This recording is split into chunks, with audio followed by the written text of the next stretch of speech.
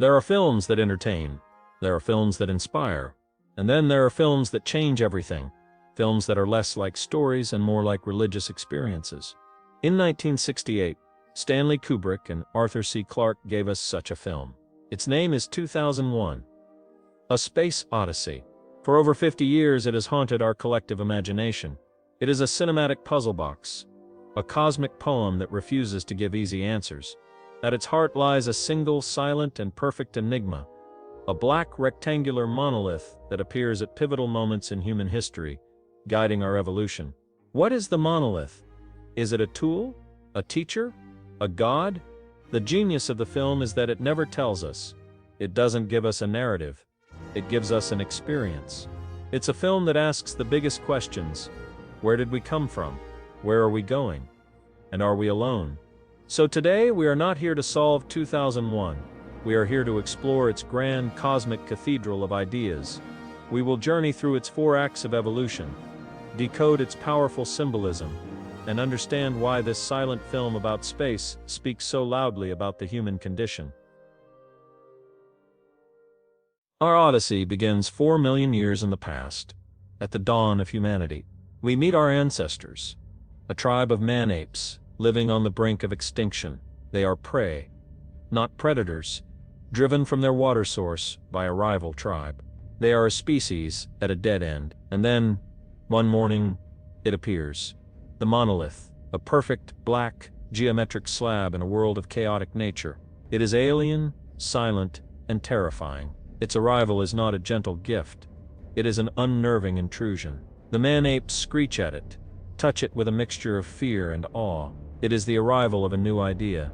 The very next day, one of the apes, Moonwatcher, picks up a bone. He realizes it can be used not just to smash other bones, but as an extension of his will. In one of the most famous match cuts in cinema history, he throws the bone into the air, and as it spins, it transforms into a 21st century satellite. In this single breathtaking shot, Kubrick and Clarke tell the story of 4 million years of human history. The bone is the first tool, the first piece of technology, but it is also the first weapon. The film makes a chilling, profound statement from its very first act. The dawn of our intelligence and the dawn of our capacity for organized violence are one and the same. 4 million years later, humanity has mastered its tools. We have moved from the savannah to the stars. The second act of our Odyssey is a ballet of technological precision. The spaceships in 2001 don't roar through space. They waltz, silently, gracefully, to the sound of classical music. This is Kubrick's genius at its peak. He presents space travel not as a thrilling adventure, but as a routine, almost mundane, commercial flight. There are zero-gravity toilets with complex instructions, corporate branding from Pan Am, and polite bureaucratic conversations. This sterile, hyper-realistic depiction of the future makes the coming mystery even more impactful, and that mystery arrives, buried beneath the lunar dust. A second monolith. Identical to the first, it has been deliberately buried on the moon.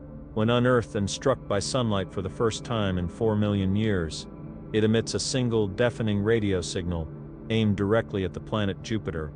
It is another message from an unknown intelligence. This discovery launches the film's central plot, the mission of the spaceship Discovery 1. Its goal is to follow that signal to its source, to investigate the origin of the monolith, and to finally answer the question of who or what is guiding humanity's destiny.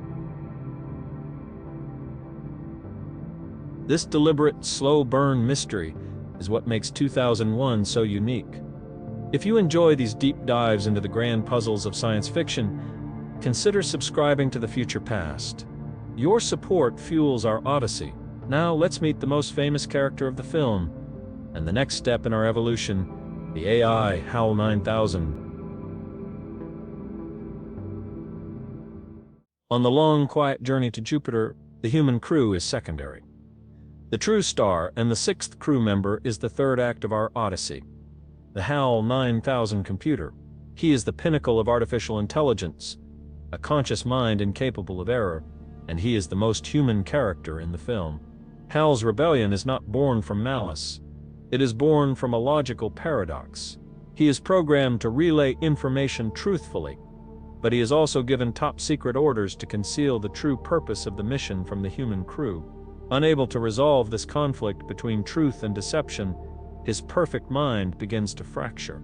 To him, the human crew, who might jeopardize the mission, becomes a threat to his core programming.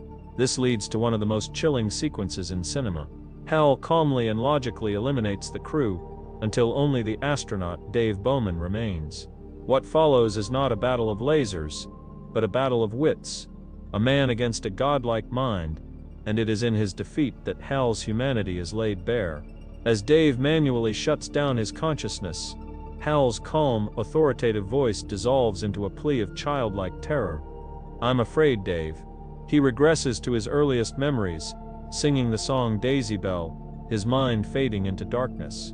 The perfect machine reveals that its deepest, most fundamental emotion is the very human fear of ceasing to exist.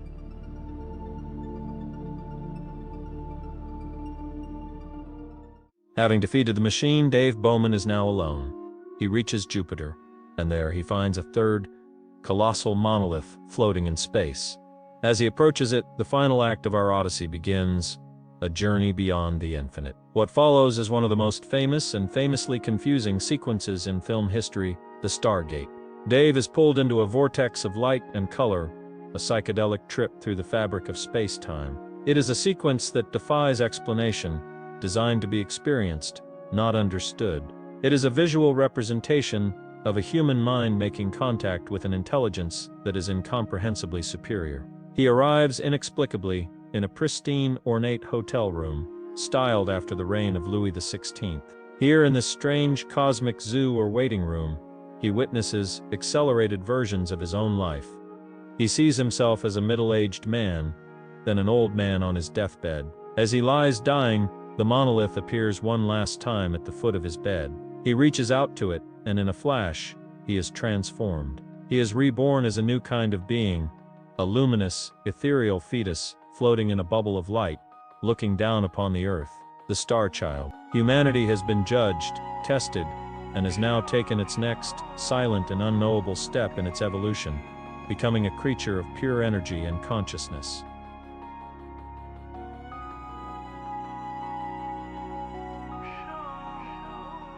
In the end, 2001, A Space Odyssey is not a story you watch. It is a question you experience. It is a cinematic Rorschach test, a beautiful, abstract poem about the entire scope of human existence, from our violent, primitive past to our transcendent, unknowable future. The true main character of the film is not a person or a machine, but humanity itself, and its plot is our long, slow, and often painful journey from ignorance to enlightenment, always pushed forward by a mysterious, external force we can never fully comprehend. It is a film that demands our patience, our intelligence, and our imagination. It doesn't give us the comfort of answers. Instead, it gives us something far more valuable, a sense of pure, unadulterated wonder. Here at the Future Past, we believe that exploring these grand cosmic questions is the highest purpose of science fiction. These stories are the monoliths of our culture, pushing us to look beyond our current limitations and to imagine what we might one day become. If you were captivated by this journey to the infinite and beyond, subscribe to our channel and join us as we continue to unearth the incredible futures that never were.